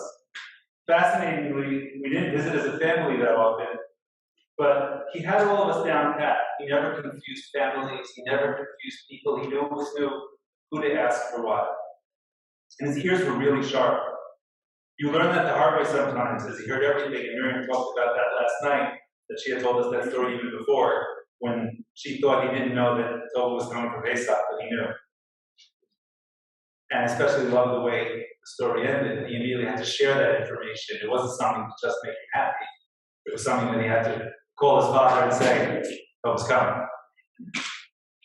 To me especially, since I lived for so many years far away, thoughts is that tied with my father. Whenever I would speak to my father, he would always tell me how special Zev is and what a sweet person he is. And the truth is, the two of them were a really great match. They both had these tremendous midot that we heard about Zev, and we heard a year and a few months ago, how they treated others, and it didn't matter who they were, without judgment, just pure love and appreciation. And the hugs they both gave. I was actually just thinking about that after we discussed it. Did Daddy improve his hugs because of Zev, or was it genetic that Zev just got it from Daddy? But the fact that these hugs from the two of them were very special. And as Miriam said, I said it and I'll repeat it, the thought of imagining when Zev passed away, to see Daddy bringing him up to his new place, proudly introducing him to everyone, telling him, this is my grandson Zev. This is also a time to speak to Zev's immediate family. You all did so much for him, and he accomplished so much, as we've heard, even more than I know and knew until I heard. He knew everything, even though he didn't show it. And the love you gave him, you gave him, was what HaKadosh Baruch Hu asked of you when he gave you a special neshama for these past 30 years. That love helped him be the loving and glowing person that he grew to be. You truly fulfilled your shlichut as his parents and siblings. Ellie, I love singing Zmirot with Zev on Shabbos, and I know that you taught them to him. And it was really cool and it was a lot of fun. Miriam, you were there for him. You never tired of finding the best care for him, trying to make sure that he was advancing in the best possible way, and the countless emergencies and hospital visits, and always handling them with hardly a complaint. He was the sharpest dresser, your influence, obviously. Tova and Shira, you've had a lot of asked of you in your childhood, but you were there to always help while being amazing, loving sisters to your dear brother. Mommy, or Bobby, as Zev called you, you gave so much to Zev. You and Daddy moved to help with him, and you were always there when needed to move in and be with him or just visit. And of course, you had the merit of being the last one to be with him and have a wonderful visit with him. It's unfathomable to imagine the tragedy of losing your brother, son, grandson so suddenly, with no warning. We can only turn to HaKadosh Baruch Hu and ask that he be the one to help us all through this period and have the strength to move forward.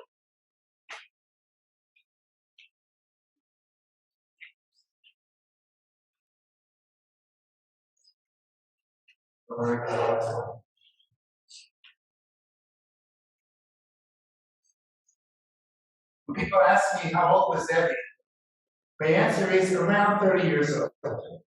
He was not a regular 30-year-old that had just passed away. He was a 30-year-old who lived a life filled with trials and tribulations that most 75-year-olds didn't have to contend. And he bore those to be serene with gevurah that a normal person could not possibly withstand. The truth is that he really lived a long life. He achieved arichut yamim v'shamim, more than the average person. Doctors never thought he would make it past one day of birth, but he defied logic, and he did. They didn't think he would make it to his first birthday, and yet Zev held strong, and he did. They didn't think he would make it another year, and another year. Progressing at his own relative stages, he made it to his bar mitzvah, and what a glorious bar mitzvah it really was. And he continued, thanks to his wonderful care and love, especially by his loving father, to develop and live, Baruch Hashem, another year, and another, and another. There were obstacles, many obstacles, surgeries and treatments he needed to overcome, and he did with the ultimate gevurah. Although Zev lived a short life, he had an impact on so many people as if he had lived a lot longer. As you can see, but all the people who were at the Levaya yesterday, Monday night, and the Zoom, and here, just shows his impact. And it's truly that he lived longevity and not a short life. When I think of Zev's life, the first thing that comes to mind is the part that we say in Nudim. Ba'anisecha shebachol yom imanu. V'al niflotecha v'tochotecha shebachol eit erev b'boker v'tzorayim. Each and every day that Zev lived was truly a miracle. The Yad of Hashem. When Hashem chose to bring him back closer to him, he did it in the way mentioned in Parshat Chukah. Last week's parsha for us, this coming week's parsha in Chutz La'aretz. The way that Aaron HaKohen HaGadol died, the way that Miriam HaNeviah died, also in Parshat Chukah, and the way that Moshe Rabbeinu desired and ultimately died at the end of the Torah. What was this special death? The Torah says in Parshat Chukah, Kach et Aaron v'et Elazar beno v'hal otam por ha'ar. V'hashet et Aaron v'et begadav v'yepashtam et Elazar beno v'Aaron yaseh u'misham. And Rashi on that pasuk says, they את בגדי הכהונה הגדולה הלבישו והפשיטו מעליו, they removed the בגדי כהונה from Aaron, מהבדיתם על בנו, to put them in Elazar, בפניו, in front of Aaron. אמר לו, השם says to Aaron, היכנס לנערה, ונכנס. ראה מיטה מוצק ונר דלוק, אמר לו, עלה למיטה, ועלה. פשוט ידיך, פשט, קמוץ פיך, וקמץ. עצום עיניך, ועצם. מיד אמר משה לאותה מיטה, זה שנאמר, אשר היית ארון אחיך, מיטה שמתאבק. That's the way that Zevi left this world. Just like Aaron and Miriam and Moshe. As my brother said, Mitat Tishika. And just like by Aaron, the Torah tells us, by Yikuoto Kol Beit Israel, so too we mourn our beloved Zevi, Kol Beit Israel. Because everyone who knew him loved him, because he gave unconditional love to all. Just like Aaron, he touched so many people, literally, and was really loved by all. But there's another tefillah that comes to mind when I think of Zev. Every morning, when we awake, we say, Elokai neshama shenatata bi tehorah. Hashem, every day gives us back our beautiful and pure neshama. But what do we do during the day? We speak a little Lashon Hara. We don't always have Kavanah and davening. You may even forget to say a bracha Rishona or a bracha Achrona here. And I'm sure the list goes on and on. How many of us, at the end of the day, can return our neshama as pure as the moment we received it? I know one person who did this every day. Said every single day of his life was pure and unblemished. Being happy and greeting everyone with Sefer Panim Yafot with a smile from ear to ear. And this connects to another aspect of the timing of Zevi being taken from us. The first part of the parasha discusses the chok of Parah Adumah. Most Mefarshim explain that the Parah Adumah is a chok because of the many details of the ritual which we do not understand. The most famous is that the parah defiles the tahor while it purifies the tameh, or the fact that it is slaughtered outside of the Azarah Beit HaMikdash.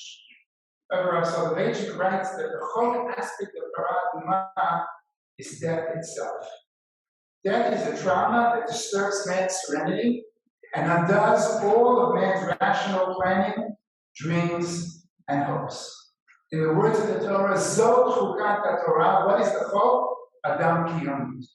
While each and every day was a miracle of life, we have become so used to that we expect it to just continue and to defy logic and live longer and longer, regardless of the chok of Mita. There's a fundamental difference between the usual Tahara process and the Tahara of Parah Adumah. The normal Tahara process involves tefillah in a mikvah or mayim chayim. However, the Tahara process of the Parah Adumah requires two things: tefillah and hazayah, sprinkling the water of the Parah Adumah. There is a significant difference between these two acts. Tefillah, a person must perform for himself for each word. But hazayah must be done by someone else sprinkling water upon him, the lumei chatat. Similarly, there were so many things that Zev decided to do for himself. He chose to be happy, to greet everyone with a smile, to shake everyone's hand, to give Zevi hugs, to take your hand and rub it on his cheek, to remember everyone's name and more. Here, Zev taught us what is real happiness without any words, the yot, the simchat. But there are also things that Zev couldn't do for himself and he required assistance. And here, there are numerous people who assisted him with love and care. Eli provided the song, the devotion of taking care of him and providing for him the loving him for who he was. Mommy, my mother, Bobby, always being there to lend a hand, visit, and sit and play with Zev whenever necessary, and even maybe whenever not necessary. My father, Alav Shalom, was always so proud to have Zev by his side, leading him into shul and out, changing his own seat, he could sit right next to Zev, making sure that he could be the one to get that very precious Tova and Shira, your devotion to Sarah, there, and afterwards through Facebook, through FaceTime, excuse me, was really special, and keeping that connection even though you weren't no longer living in that house. If they say behind every successful man is a great woman, so behind every successful child is a devoted mother. Miriam took care of everything for Zev efficiently, gracefully, with an understanding of his well-being that has allowed us to enjoy Zev for these many years. From the food processing, to the game purchasing and playing, to coaxing him to eat, say words, walk from place to place, you have done it all, the Chokhmah Gedolah. I want to thank you, Zev, on behalf of so many people, for all of the things you have taught us by your example. Loving unconditionally, always being happy, saying a person's name, even if it was screaming them across the room. Thanking people for everything and how to give a real hug, not the fake ones most of us give. The picture that I have in my head now is different from the one my brother painted when we were talking. He imagined my father, Rabbi Shalom in Shamayim, pushing Zevi in a wheelchair, both of them smiling ear to ear. I picture them walking hand in hand, both without any difficulty whatsoever, having conversations, smiling ear to ear, and having a contest who can give the tighter squeeze. May Hashem give you, Miriam, Ellie, Tova, Danny, Shira, and Josh, Mommy, all the aunts and uncles, the kochot, to follow Zev's lead, to be happy, to reflect on all the good times with Zev, and may he now look out for us. Bila hamad v'netzach, u'mach Hashem b'imam me'al.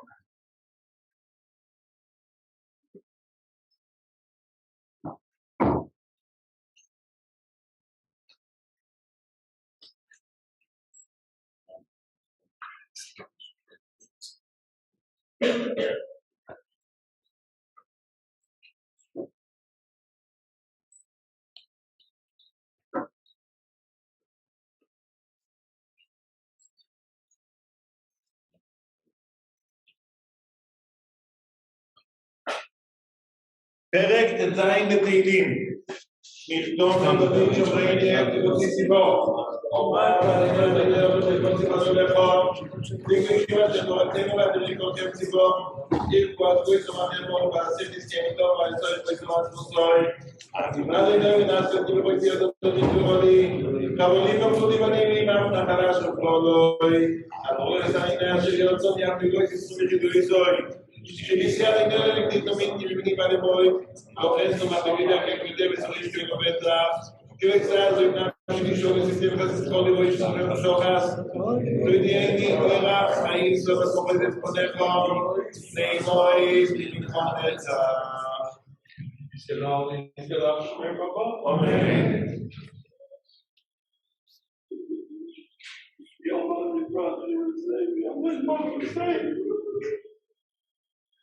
Ja, het mag ik kan even voor het schieten. En ik zal het voor dit Israël, waar we lang maar voor je broer. Amen.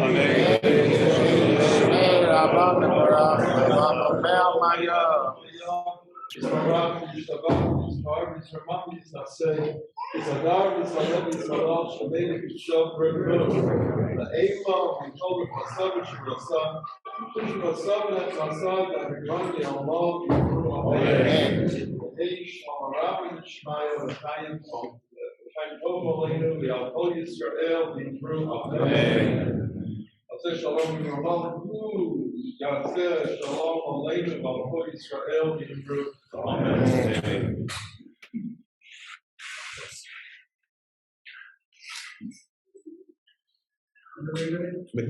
מקום הקבר כ-700-800 מטר מפה.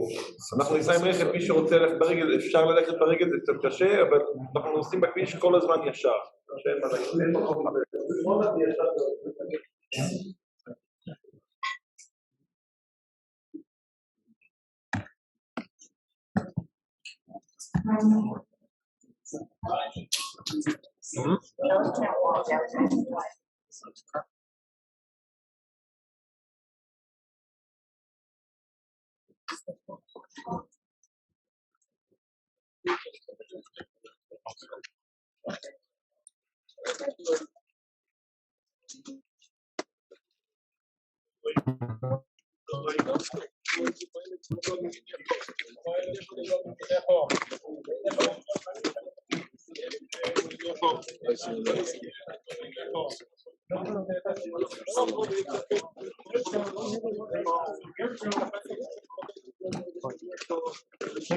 Take any car in Garden.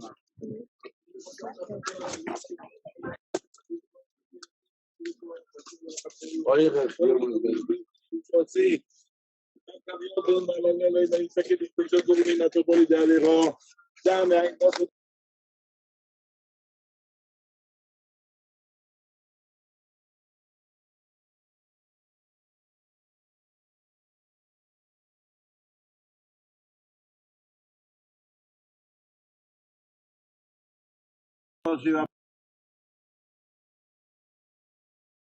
שמי רבה, יאללה דברה פרינטי וימליך מלכותי, וחייכון וימליכון ובחיי לכל בית ישראל, והגלה בזמן קריב, ימלו אמן. יתברך וישתבח ויתפאר ויתרומם ויתנשא, ויתהדר ויתעלה ויתעלה, שמי לקודשה ולקדו, ואלה מצוות יחדה ושירתה ותפילתה ונחמתה דמירה ויעלמה ויתרו אמן.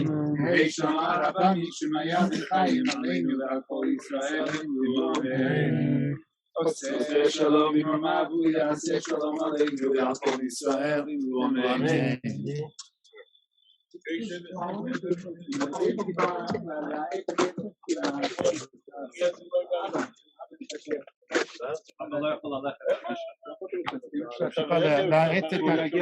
יגיע ברכב. My key is still in my car, so I'm not sick. איך שהוא רוצה. זה רחוק מאוד, אבל איך שהוא רוצה.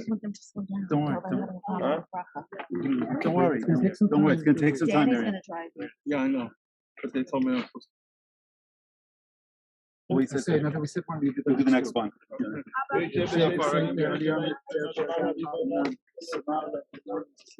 All right.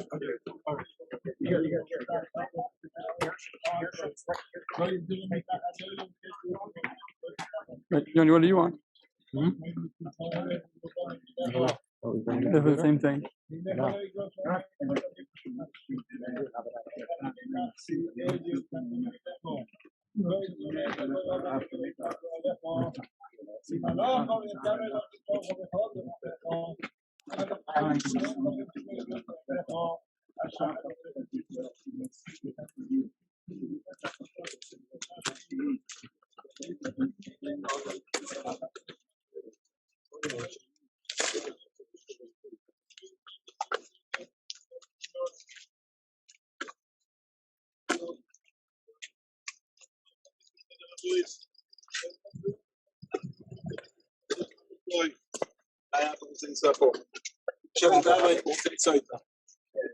Sally? Which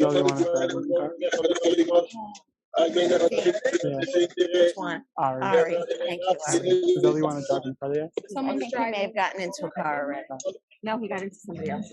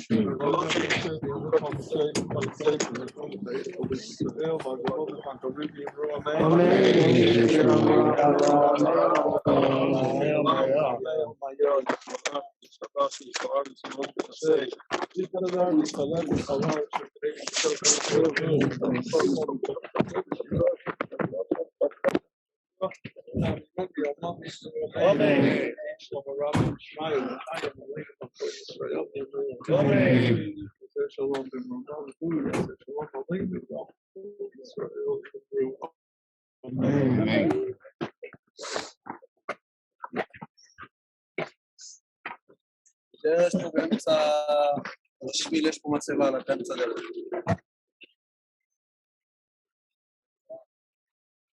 Watch your step.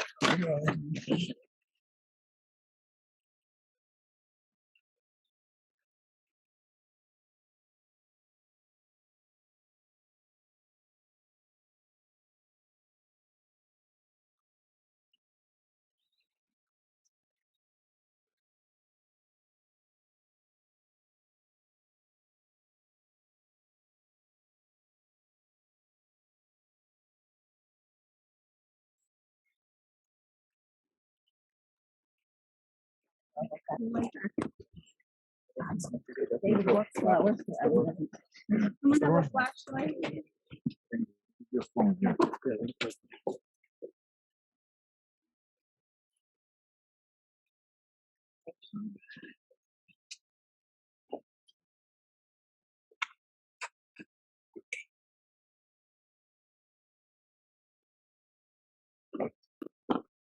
Okay, I got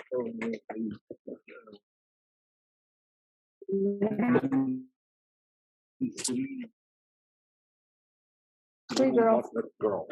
She knows me, no, she knows me. No, she knows me.